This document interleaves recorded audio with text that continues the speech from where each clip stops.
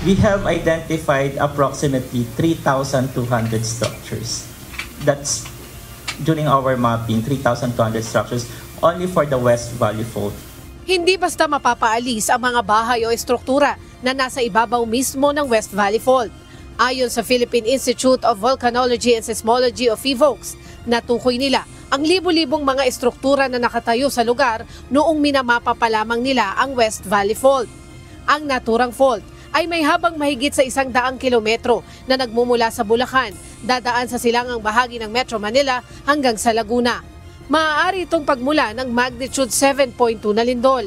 Pero ang tatandaan natin dito, hindi lang naman po yung dinadaanan ng fault ang delikado. Buong Metro Manila will experience intensity 8. So, buong Metro Manila, and sabi nga sa MMIers, 13% ng residential buildings ang pwedeng masira. Yung West Valley Fault, 3,200. Ang pinag-uusapan natin dito, 13% ng residential buildings. So, 13% residential buildings ang may sakit ngayon. So, paano natin gagamitin itong mga may sakit na bahay? So, we need to check the integrity of the building.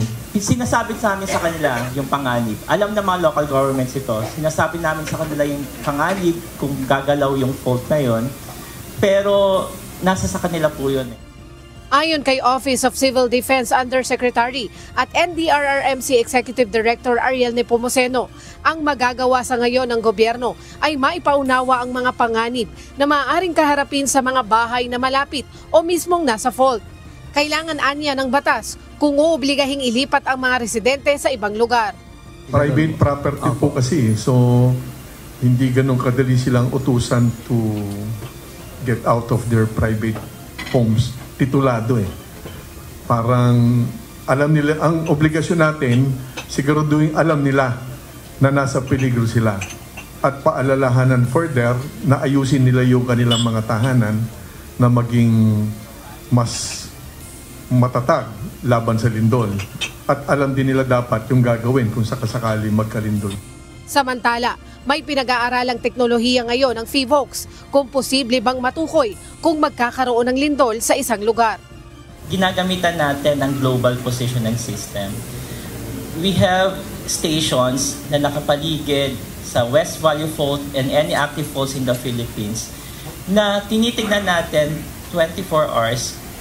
Baka bago siya gumalaw ay magbibigay ng certain signal yung GPS na yon. Yung GPS kasi, alam natin yung GPS natin sa cellphones.